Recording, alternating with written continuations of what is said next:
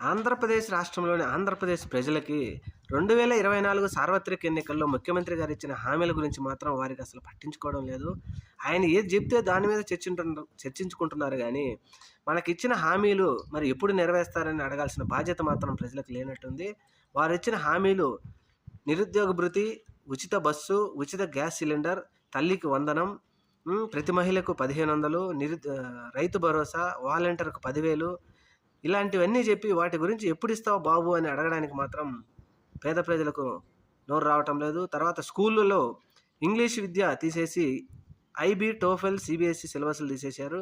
అలాగే తర్వాత మధ్యాహ్న భోజనం, గోరుముద్ద లాంటివి కూడా తీసేసి మీకు తెలుగే కావాలని చెప్పేసి పేద పిల్లలందరికీ తెలుగు నేర్పిస్తుంటే వీటి మీద మాత్రం అడగడం ప్రజలు వదిలేసి ఆరోగ్యశ్రీ తీసేసి ఇవన్నీ చేస్తూ ఉంటే ఏదో వెంకటేశ్వర స్వామి లడ్డు గురించి ఇట్లాంటివన్నీ ఆయన చర్యలు తీసుకోకుండా ప్రజలకు ఇచ్చిన హామీలను మాత్రం వదిలేస్తున్నారు.